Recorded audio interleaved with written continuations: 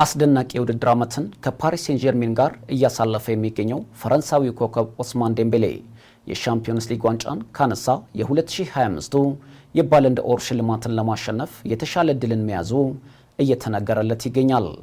እንደ አውሮፓውያን አቆጣጠር በ2023 የካታላኑ ክለብ ባርሴሎናን በመልቀቅ ወደ ፈረንሳዩ ክለብ ፓሪስ ሴን ጀርሜን ያቀናው ኦስማን ዴምቤሌ አጀማመሩ ጥሩ አለመሆኑን ተከትሎ ትችቶች ሲሰነዘሩበት እንደነበር ይታወሳል።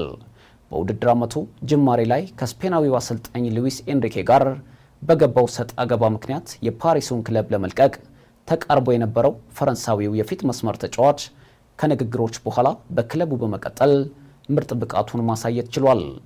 የ27 ዓመቱ ኦስማን ዴምቤሌ በያዝነው የውድድር ዓመት በሁሉም ውድድሮች ባደረጋቸው 46 ያህል ጨዋታዎች 33 ጎሎችን ያስቆጠረ ሲሆን 12 ለግብ የሚሆኑ ኳሶችን ደግሞ አመቻችቶ ማቀበል ችሏል።